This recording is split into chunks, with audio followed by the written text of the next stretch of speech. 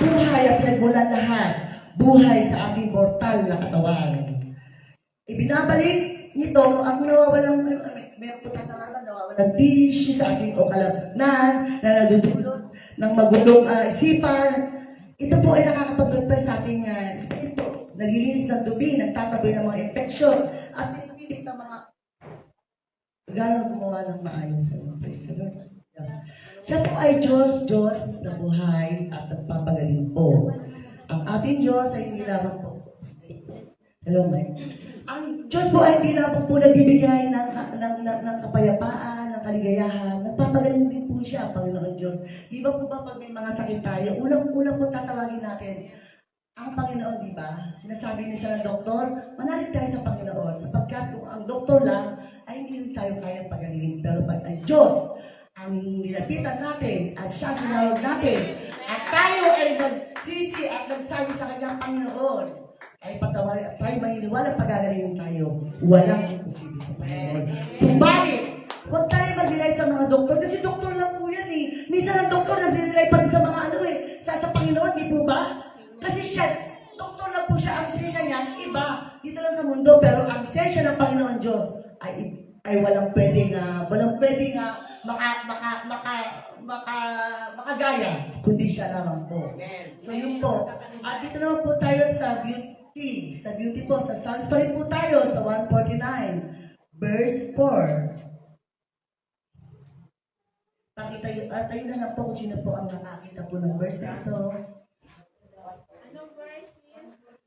149, verse 4.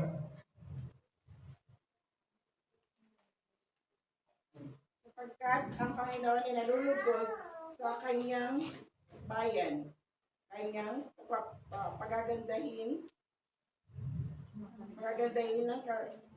ng kaligtasan ang ama. Amen. Praise the Lord. Sabi nga po dito sa awit nga to, 149, ang kagandahan ng presensya ng Diyos ay isang tema ng kababaihan. Alam niyo po ba gumaganda ang mga Kristiyano tayo dahil po sa presensya ng Lord? Kahit po marami po tayo problema, pero pag nakikita tayo ng tao putang bata mo, ba't gumaganda ka? Pero wala po tayo ginagamit na mga papaganda o wala tayong tinitik na medicine. Pero dahil po saan? Dahil po sa presensya ng Lord. Dahil ang presensya po ng Lord ay hindi lamang po nakapagpaligaya, nakakapagpaganda rin po at nakakabasa. Yan po ang yan po ang naibibigay ng ating Panginoon na presensya po niya. At dito nga po, presensya ng Diyos ay isang tema ng kababayan sa buong kasulatan nga po. Nag-aanyaya sa mga mananampalataya sa isang malalim na relasyon. Kailangan po natin makipagrelasyon ng malalim sa Panginoon. At tumira ang presensya ng Panginoon Diyos sa atin. Kasi kung hindi po titira ang presensya ng Panginoon, wala tayong joy, wala tayong happiness, wala tayong pagplat, wala tayong pagpapagod. Di po ba? Kasi po kahit po may mga pagpagpag po tayo ng mga problema, pero hindi lukot ang mukha natin eh. Kasi nga po bakit? Dahil alam natin ang Diyos ang tutugon. Siya lahat ang magsusunod ng ating mga problema. Dahil po pangako niya po yan sa Bible. Hindi po ba mga kapatid? Praise the Lord! Palakpak po natin ang ating Panginoon na buhay. Kaya po makipagrelasyon po tayo sa ating Panginoon ng malalim upang tumira ang presensya ng Diyos sa atin. At maranasan natin ang pag-ibig at biyaya ng ating Panginoon at walarian sa paraan ng pagbabago. Alam niyo po ba mga kapatid, dito po sa Santa po, nagpapahayag ang matindi pagnanais na manatili ang presensya ng Diyos sa bawat isa sa atin. Gusto po ng Diyos na lagi natin mapanatili ang kanyang presensya sa bawat isa. Sa pamamagitan ng kailangan po natin sumunod sa Kanya kasi hindi po natin mararamdaman ang presensya ng Panginoon kung hindi po tayo susunod sa Panginoon. Dito ba? Praise the Lord, hallelujah. At tinasa po nga po rito, ang kagandahan at kapayapaan, dulot nito, ang pag-aaral ng Biblia na dapat po natin tuklasin. Alam po natin ang Bible. Ang tanong po, alam niyo po ba ang laman ng Bible? Alam niyo po ba ang nilalaman ng Bible? Ba hindi? Hindi po natin alam eh. Minsan binabasa natin, hindi natin maintindihan. Dumaan din po ako sa ganun eh. Hindi ko maintindihan, parang, ano ba to ang gulo-gulo? Pero pag nasa presensya ka ng Panginoon Diyos, may iintindihan mo. Bakit po? Kasi ibibigay niya ang hiwaga upang maintindihan mo ang lahat ng ating babasahin. Dahil yun po ay dapat natin hingin sa ating Panginoon. Sabi nga niya po rito, tuklasin daw po natin upang ating maramdaman ang presensya ng Diyos, ang mga epekto nito sa buhay, at kung paano natin manilang ang kanyang presensya. Kasi kung hindi po tayo magbabasa ng Bible, wala po tayo maintindihan, hindi po ba? Kailangan din po natin magbasa ng Bible. Hindi lang po tayo pakinig ng pakinig, kasi minsan nakikinig lang tayo, paglabas po natin ng church, wala na po. Pero pag binababad po natin ang ating sarili, ang ating oras sa Panginoon, alam niyo po ba, grabe ang presensya. Napakasarap po. At saka alam niyo po ba, dire-diretso eh. Kasi alam mo, hindi na ikaw ang nagsasalita. Dahil alam mo, ang Espiritu ng Diyos, kahit ang kausap mo magugulat ka na lang umiiyak eh. Bakit? Nagsasalita ka na naman. Kasi ang presensya ng Panginoon, kanilang nararamdaman. Hindi ikaw eh. Dahil kung ako lang, wala akong kakayahan magsalita tungkol sa Panginoon Diyos. Pero dahil sa pinili po tayong lahat, isa-isa tayong tatayo dito upang ipalaganap ang salita ng Diyos kung paano na dapat natin siyang sambahin dahil lahat ay nasa Kanya na. Praise the Lord! Hallelujah! Glory to God! Dito po, ang pangunawa po ng kagandahan sa presensya po. Ang kagandahan ng presensya ng Diyos ay sumasaklaw sa Kanyang katangian. Ano ba yun? One, kabanalan, pag-ibig, at kaluwalhatian. Ang pagharap sa Diyos ay nangangahulugan mararanasan ang buong kanyang mga katangian po. Unang-una, kabanalan sa Diyos. Ito ba? Dapat po talaga na talagang harap tayo sa Diyos. Dapat matuwid po tayo. Ganun po kasi ang gusto ng Diyos. Hindi po lahat ng tumatawag sa Kanya na Panginoon, nagsisimba. Sa totoo lang po. Pero, iba po kasi naranasan naman po natin yan. Di ba nagsisimba naman po tayo? Pero subukan niyo po na talagang makipagrelasyon sa Panginoon. Makikita niyo po talaga ang presensya at mararamdaman niyo. Di po ba? Dahil ang Panginoon po ay napakabanal. Kaya po gagawin niya tayong ipapaaramdam niya sa atin kung paano maging banal. Kasi hindi po natin kaya baguhin ang sarili natin eh. Kaya ba natin baguhin ang sarili natin? Amen? Hindi po. Kasi ang Diyos lamang ang pwedeng magbago sa atin. Dahil tayo lang, malabo po. Malabo. Kasi nangyari po sa akin yun eh. Ang mga bisyo natin, ayaw po ba natin iwanan? Hindi po. Pero ang presensya ng Diyos pag nasa atin, madali na lang po yun eh. Minsan nga nagugulat sila eh. Bakit? Kasi ang Diyos ang nasa atin. Wala po tayo sa salimutan, kundi ang Espiritu ng Diyos ang nasa atin. Ang nag-uutos sa atin na anak ko dahil nakakasira sa katawan niya. Hindi po ba mga kapatid? Pero napakasarap po mga kapatid pag sumusunod po tayo sa Panginoon. Dahil ang gusto lamang ng Panginoon, sumunod tayo. Ito ay para sa atin. Para sa atin dahil ang Diyos ay tatay natin. Sa lahat. Ang Diyos ay pwede natin siyang maging nobyo lahat. Maging tatay lahat kaibigan. Ang Diyos siya palagi ang presensya ng Panginoon. Hallelujah. So tunay nga po na napakabuti ng Diyos. Kasi isa lang po siya pero lahat, inako niya na lahat. Diba? Lahat ng hinahanap natin sa mundo, sa Kanya na pala natin matatagpuan. Hindi po ba? Praise the Lord. Sa kabanalan ng Diyos, binubukod siya sa Kanyang kabanalan. Binibigyan ng hulugan ng Kanyang kadalisayan at katwiran sa Kanyang presensya. Kinikilala natin ang mga pangangailangan para sa pagsisisi at kabanalan sa Isaiah 6 verse 1 until 5 po. Pakibasa niyo na lang po. Isaiah 6 verse 1 hanggang 5 po. Praise the Lord. Hallelujah. Opo, Isaiah 6 verse 1 hanggang sa 5 po. Isaiah 6. Tagalog po mga kapatid. Noong taong mamamatay ang haring Uzzias ay nakita po ang Panginoon na nakaupo sa isang luklukan, matayo at mataas at pinuno ang templo ng kanyang kaluwalhatian. Verse 2 po, sa itaas niya ay nakatayo ang mga serapin. Bawat isa'y may 6 na pakpak na may 2 na nagsisitakip sa kanyang mukha at may 2 na nagsisitakip ng kanyang mga paa at may 2 na naglilipad sa kanya. Amen. At nagsisigawan ng isa't isa at nagsasabi, Banal, banal, banal, ang Panginoon ng mga hukbo. Ang buong lupa ay napuno ng kanyang kaluwalhatian. At ang mga patibayan ng mga pintuan ay nakilos sa tinig na sumisigaw. At ang bahay ay napuno ng usok. Nang magkagayoy, sinabi ko sa Aba ko, sapagkat ako'y napahamak, sapagkat ako'y lalaking may maruming mga labi at ako'y tumatahan sa gitna ng bayan na may maruming mga labi.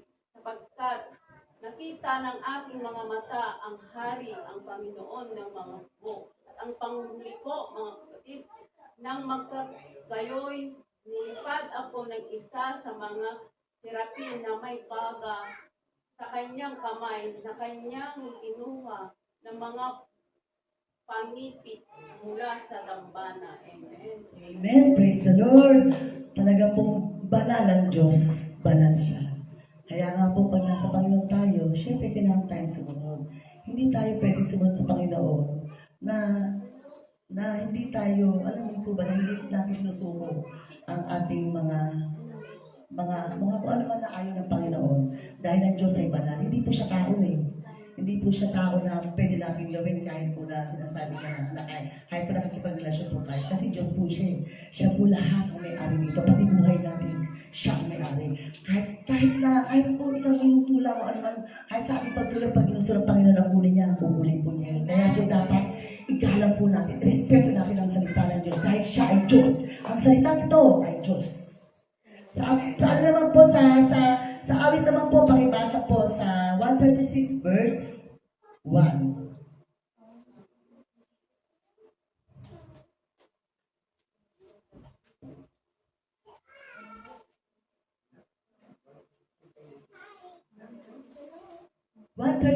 Verse 1. Opo.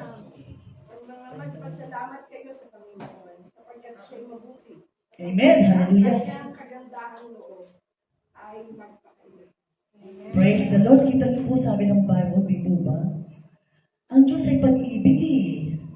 Alam niyo po ba yung presensya niya? Pag nararamdaman po natin, kahit ayaw po natin kausapin itong tao na ito eh. Pero pag ang pag-ibig ng Diyos sa atin, kakausapin po natin. Bakit? Kasi ang Diyos hindi mapagiganti. Ang Diyos ay punong-puno ng pag-ibig. Dahil kung ang Diyos ay nasa atin, kaya nating harapin ang mga kaaway natin. Kaya nating yakapin ang mga kagalit natin. Kahit po anong sama na ginawa nila sa atin, okay lang po yun. Dahil natinitinda natin ang Panginoon Diyos. Di po ba? Ganun po ang Diyos. Napakalaki ng pag-ibig niya sa atin eh. Kaya po yun ang gusto niyang ipakita sa atin at tukurin natin na maipakita sa mga tao na nakakakilala sa atin. Di po ba? Para po makita po nila na ay nasa Panginoon talaga to. Kasi paano nang sasabihin na nasa Diyos tayo kung wala tayong pag-ibig, di po ba? Dahil ang Diyos ay pag-ibig po. Sabi nga po dito ang pag-ibig niya, ang pag-ibig ng Diyos, ang kanyang presensya ay puno ng walang kondisyon. Pag-ibig at habag. Napakahabagin po ng Panginoon, di po ba? Kahit po tayo makasalanan, basta lumapit lang tayo sa Panginoon, Lord, patawarin mo ako, Panginoon. At talagang seryoso po tayo. Ang Diyos, nilinisin lahat ng kasalanan natin. Dahil ang Diyos wala pong tinatangi. Ay po kami mga Kristiyano, hindi pa po kami sa mata ng Panginoon. Kahit po ikaw ay makasalanan, mahal ka ng Panginoon. Bakit? Kasi lahat tayo ay mahal eh. Kasi po, kaya po tayo kawangan siya. Kaya ganun kamahal tayo ng Panginoon dahil ayaw po niya na tayo ay mapapaliko. Pero matitigas talaga ang ulo ng mga tao talaga dito. Kung ano yung ayaw ng Panginoon ay ginagawa natin. Pero kung tayo ay may pangunawa sa Panginoon, hindi na po natin gagawin yan. Praise the Lord! Hallelujah! At makakahanap tayo ng totoong kanlungan at kagalingan sa Panginoon lang. Kasi dito sa mundo, wala tayo makukuha kanlungan dito. Puro dito, mga dito, wala. Puro kumbaga, akala mo siya na. Hindi po. Dahil dito mapangling lang ang mundo. Ang mundo ito ay punong-puno ng pagkukunwari. Pero pag ang Diyos ka lumapit, walang pagkukunwari kasi dalisa yung ibigay niyang pag-ibig. Alam mo, kahit hindi ka na mahalin ng mga kung sino man sa harapan mo, sa mga katabi mo o mga kasama mo, okay lang, basta nasa presensya ka ng Panginoon Diyos at ipanalangin mo sila dahil sa oras na naramdaman nila, ang nararamdaman mo, ganun din ang mangyayari sa kanila, di po ba? Kasi nakapokus ka sa Panginoon Diyos eh, sa pag-ibig ng Diyos, di po ba? Kaya napakasarap pag nasa Panginoon po tayo. at punong-puno ng pag-ibig. Hindi po ba? O dito naman po sa Acts 2:36 conviction naman po. Pakibasa po kung sino po ang nakahanap po ng Bible verse ito. 2 verse 36. Praise the Lord. Hallelujah.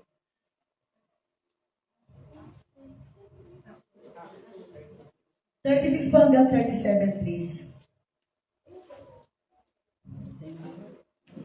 Pagkatalastasin nga ng buong angkan ni Israel na ginawa ng Diyos na Panginoon ang Kristo itong si Jesus na inyong ipinako sa krus.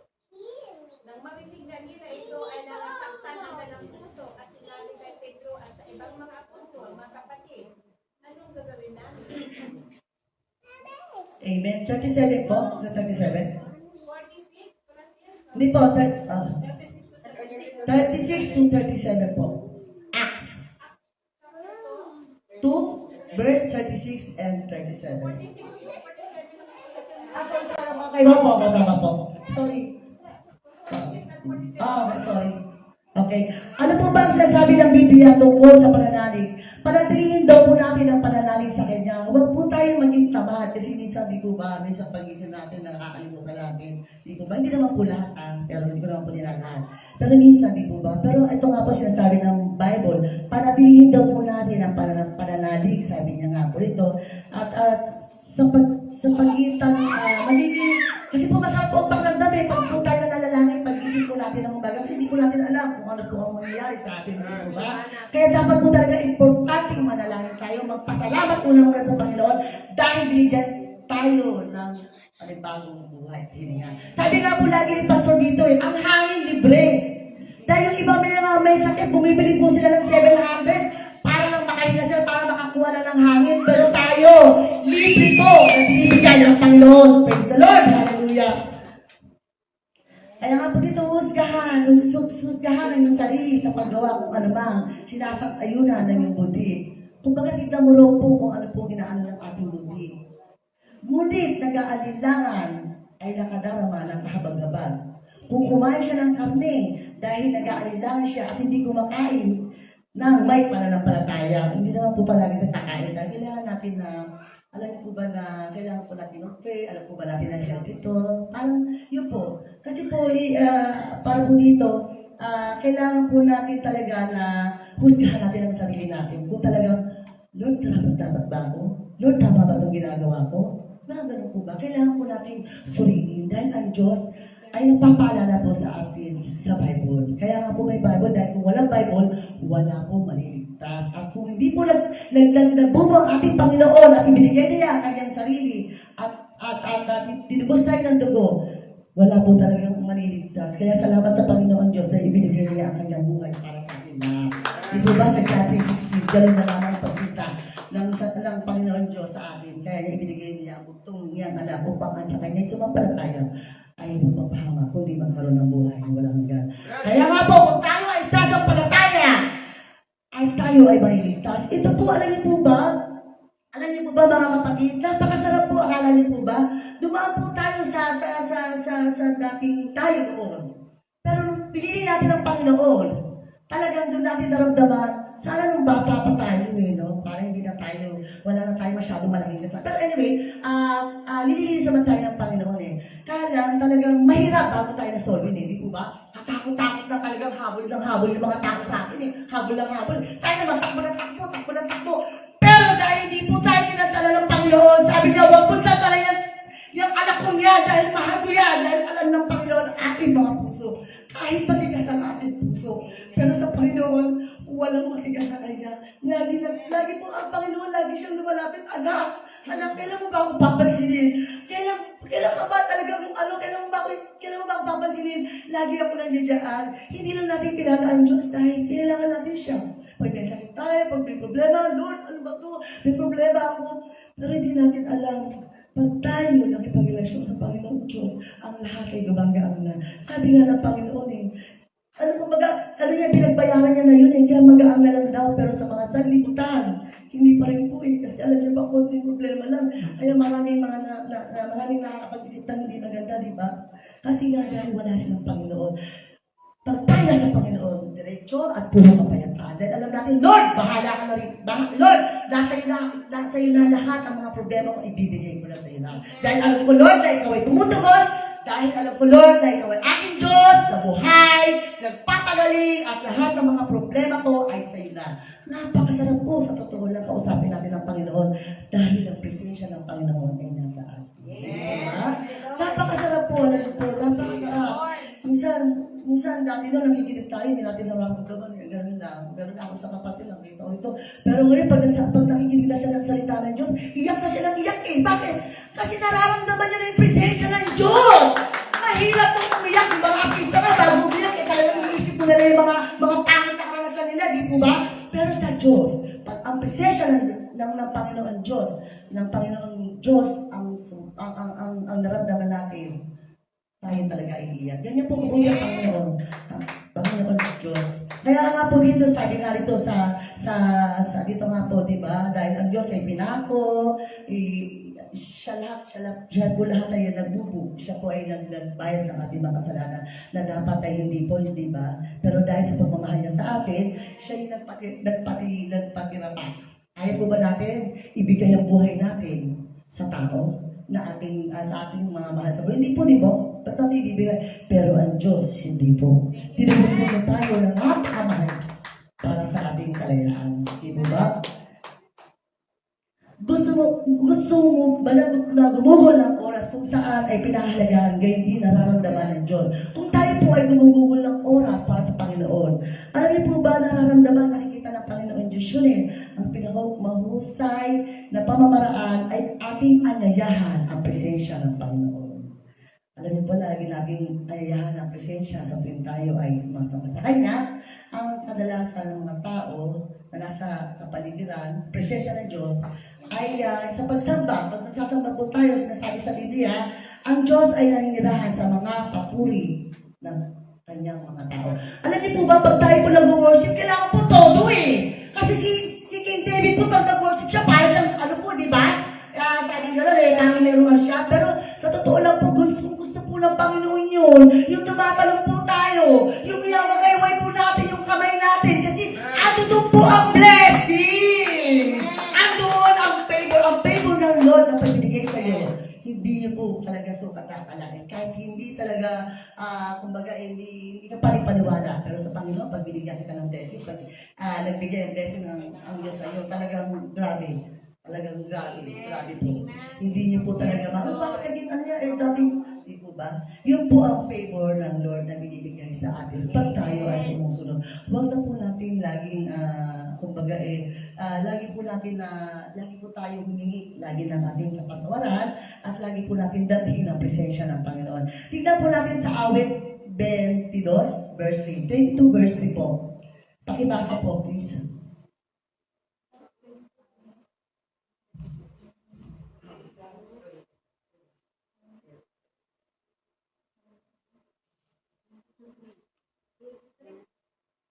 Opo, sa 22 verse 3 po. Ikaw ay banal, o ikaw ang nagdumadaan sa mga pagpuri ng Israel.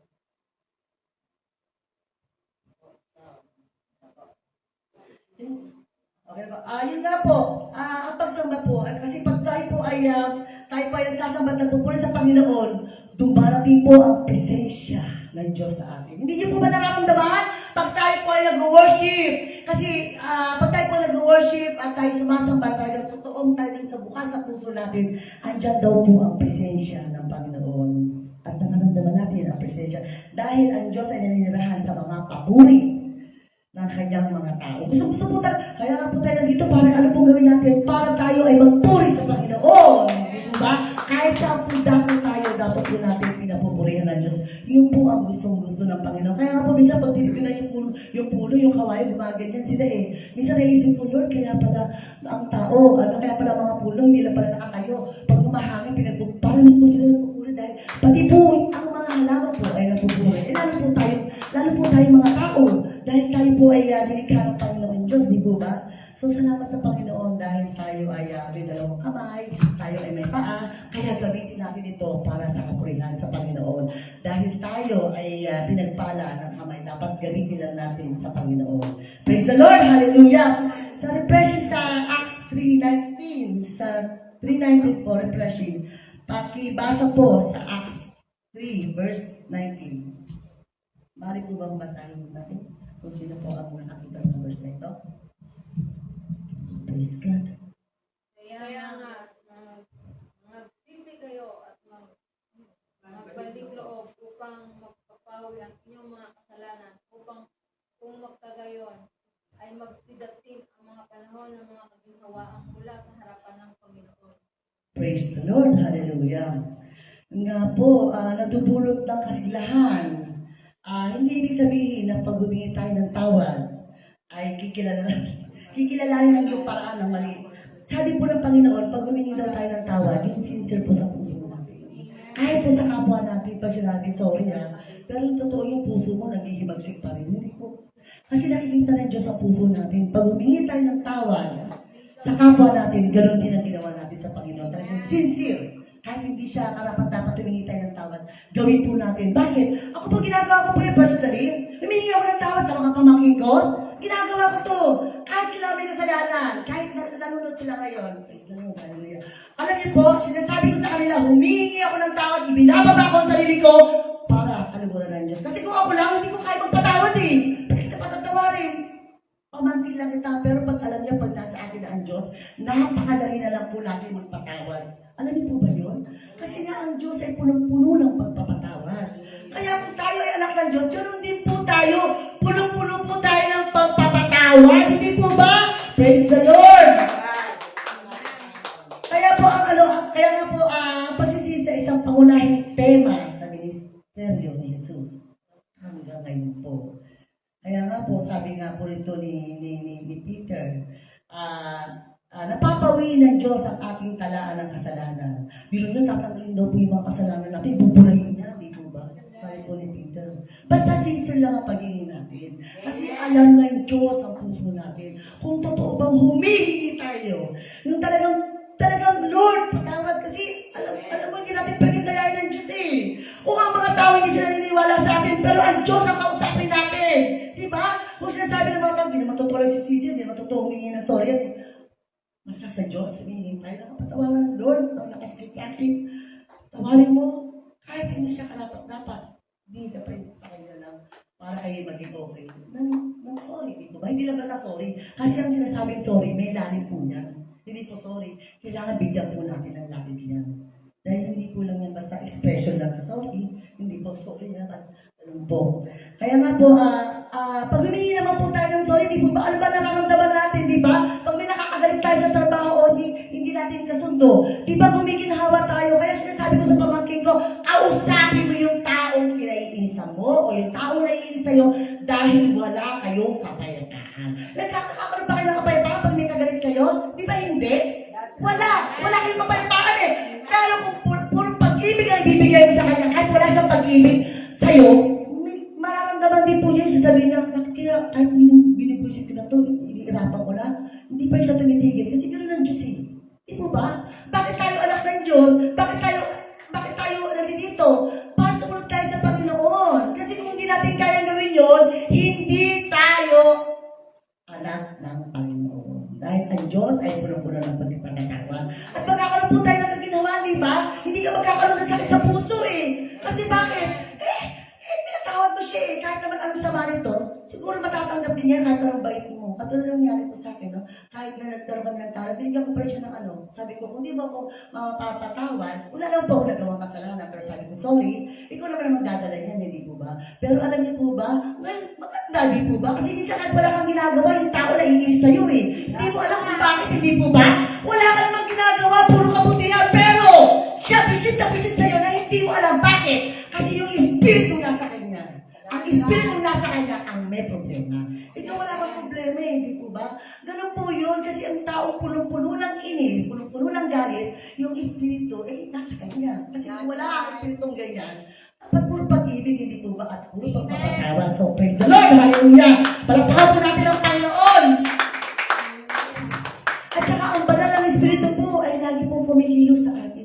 po ba nararamdaman na tayo ay hindi madaling magpatawad? Kasi tao lang ako, masakit ganun eh. Pero alam niyo po ba, kahit yung taong tinatalikuran ako, na niyayakap ko siya, na hindi ako pinapansin, umiiyak ako, Lord, puin mo siya. Kahit na masakit. Alam niyo po ba, napakahirap po na yakapin mo yung taong nasaktan ka? Di po ba? Pero hindi mo dapat isipin yung sakit. Isipin mo yung sakit ng Panginoon Diyos na ginawa niya para sa atin. Dahil kung hindi dahil sa Panginoon, wala tayong ganitong feelings eh. Baka tayo ay punong-puno pa rin ng pride. Kasi yung pride na ito po talaga ang nakakapagbigay ng talagang galit o kasuklam sa Diyos. Ayaw ng Diyos na mapagbataas. Wala tayong pwedeng pagmalaki sa Panginoon. Kahit may pinag-aralan ka, kahit marami kang pera, kahit ano ka pa. Dahil pag tayo humarap sa Panginoon, lahat ng yan ay wala. Di ba?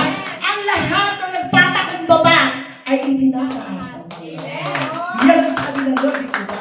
Kaya wag.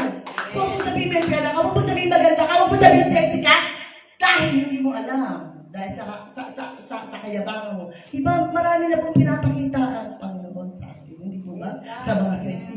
Kaya huwag na po natin naantay na sa ating nangyari. Kailangan po natin magpakumbaba kahit hindi siya kamahal-mahal. Lord, turuan mo ang puso ko na laging sinasabi ng ating pastora na kung wala natuturo sa atin, paano natin matututunan niya? Hindi po ba? Lord, bigyan mo ako ng puso mapagmahal. Puso mapagmahal. Puso mapagpatawad. Hindi po ba? Kasi may nagtuturo po sa atin kaya maganda na may nagtuturo po sa atin kasi kung wala lang, wala. Hindi po tayo lalalim sa Panginoon ng Diyos. Kasi lahat po ng tinuturo ito, wala po sa sabi-sabi namin. Ito po ay nakabase sa Bible. Praise the Lord. Hallelujah. So, dito na po tayo sa deliverance, sa Samuel 16, verse 14 to 23. Pakibasa po at maaari po bang tumayo po tayo pag nagbabasa po tayo ng Bible.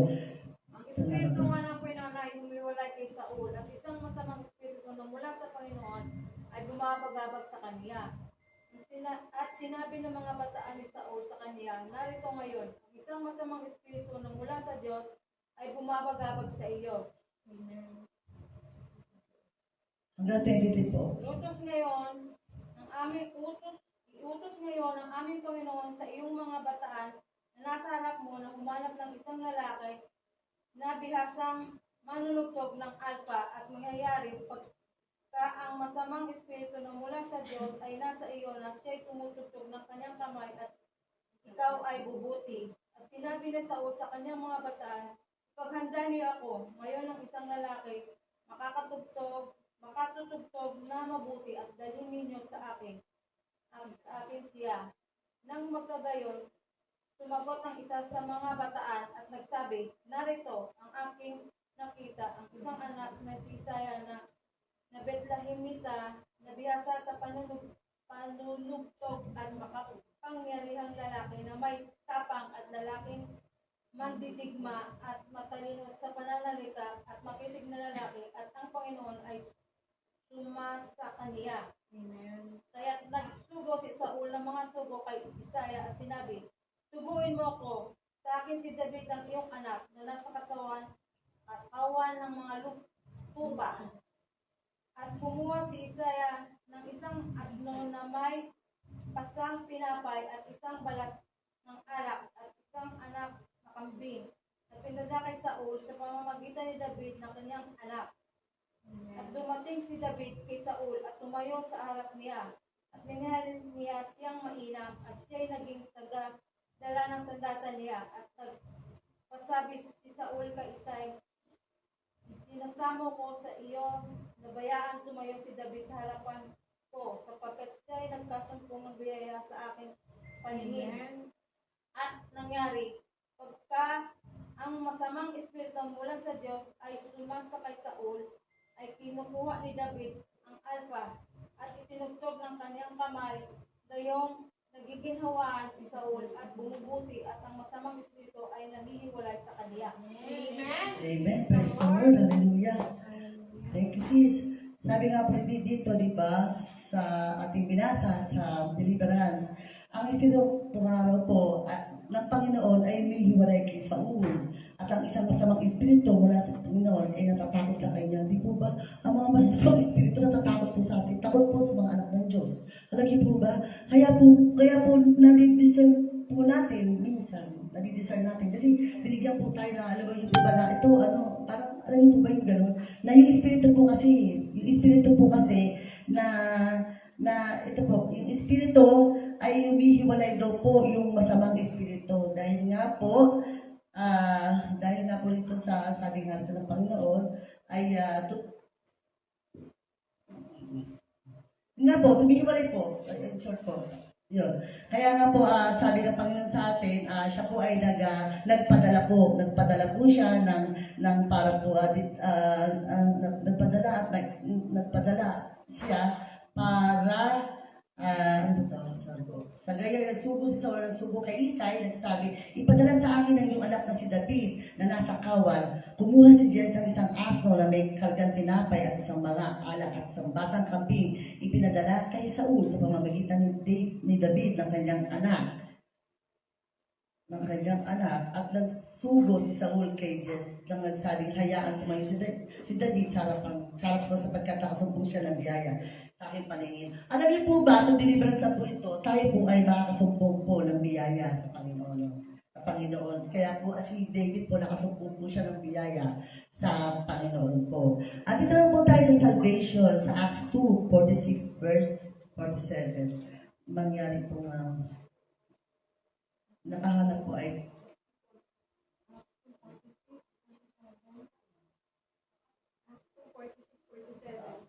Araw-araw sila'y nagsisimulatiling matibay sa pagkakaisa sa templo.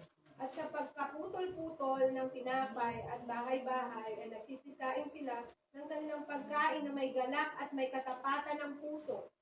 At nanangagpuri sa Diyos at nangagtatamo ng paglingap ng buong bayan at idinaragdag sa kanila ng Panginoon araw-araw yaong nangagliligtas. Amen. Amen. Praise the Lord. Tayo daw po, ang pamilya natin at ang mga anak, tayo daw po ay bilang mga anak at tagapagbana kasama ni Kristo, Jesus. Ito ang dakilang maluwalhating katotohanan kung saan ang Diyos ay pinupuri. Kaya po dapat natin papurihan lagi ang Panginoon. Tayo po ay sama-sama magpupuri sa Panginoon dahil ang kanyang biyaya at awa ay kanyang ipagkakaloob. Lalo-lalo po dito sa ating sambahan, dito po sa ating church. Kailangan po, talaga po lagi po sinasabi ng mga katulad po dito sila, pastor po, kailangan po tayo po ay, pag nagpuri po talaga tayo, talagang bigay todo po. Hindi po talaga, kasi alam niyo po ba, lalo ka pong gumagang, alam niyo po ba, pag tumatalon, pumapalakpak ka po, parang piling mo, parang hindi ka na bumibigat kahit alam mo mabigat ka, hindi ka na po bumibigat bakit kasi sa pagpapala, gustong-gusto ng Panginoon na tayo ay nagpupuri. Gustong-gusto ng Panginoon na siya ay niluluwalhati. Kaya po, ang pagpapala ay pagkakaloob. Ang apostolikong simbahan, sabi nga sa gawa po, na dapat makita ang kadakilaan ng Diyos at ng kanyang anak at dapat talagang purihin. Para sa lahat ng mga dakilang gawa ng awas sa pamamagitan lamang ng paghahanap sa kalwalatian ng Diyos, katotohanan ng simbahan ngayon ay magiging matapang saksi ni Kristo na kanyang ebanghelyo. Kaya po, pag sa church po kayo, hindi po sila naiya mag-worship Kahit minsan pag may mga bago po, nagugulat ka, kahit naman po tayo, di ba dumating naman po tayo sa puntong gano'n na grabe sila mag-worship. Pero yun po talaga ang gusto ng Panginoon. Kaya kailangan po talaga iwagay-iway natin ang kamay natin dahil maswerte tayo, dahil may kamay tayo para gamitin sa pagpupuri sa Panginoon. Dahil nalulugod ang Panginoon. Hindi po ba pag nag-worship tayo dito, nararamdaman po natin ang presensya ng Lord? Na meron tayong narinig na parang may humahal, meron tayong narinig na iba-ibang ano. Kasi po, tuwang-tuwa ang Panginoon. Ito po, sabi po niya, may buhay ang tao ito. At saka po, sa araw po ng Pentecost po, inihimok ang kanilang pagnanais na makita ang Panginoon at tagapagligtas. Dito po sa sinasabi po rito sa nation po, sa simbahan po. So, yun po, at dito na naman po nagtatapos. At kahit first time ko pong tumayo dito, at alam ko, ibigay ko sa Panginoon, na kung ako lang, wala akong kakayahan, na tumayo dito. Hindi po madali tumayo dito, pero alam ko ang Lord, ang Espiritu ng Lord ang nangungusan sa akin, sa ating lahat. Hindi lang po ang salita para sa inyo, pati po sa akin. Lagi po natin tatandaan, fullness of joy, healing, ang kagalingan ay nasa Panginoon. Ang kagandahan, bakit tayo bumabata? Dahil sa Panginoon. Dahil sa presensya niya. Dahil yan ang pagpapala, ang conviction, bakit tayo nasisisi? Bakit may conviction tayo? Dahil sa presensya ng Lord. Bakit tayo nare-refresh? Dahil sa blessing at sa presensya ng Diyos. Yan ang presensya ng Lord. At bakit tayo, yun na po, bakit tayo gumaganda? Bakit tayo Amen. Praise Praise the Lord. So, yun lamang po, and to God, all be the glory.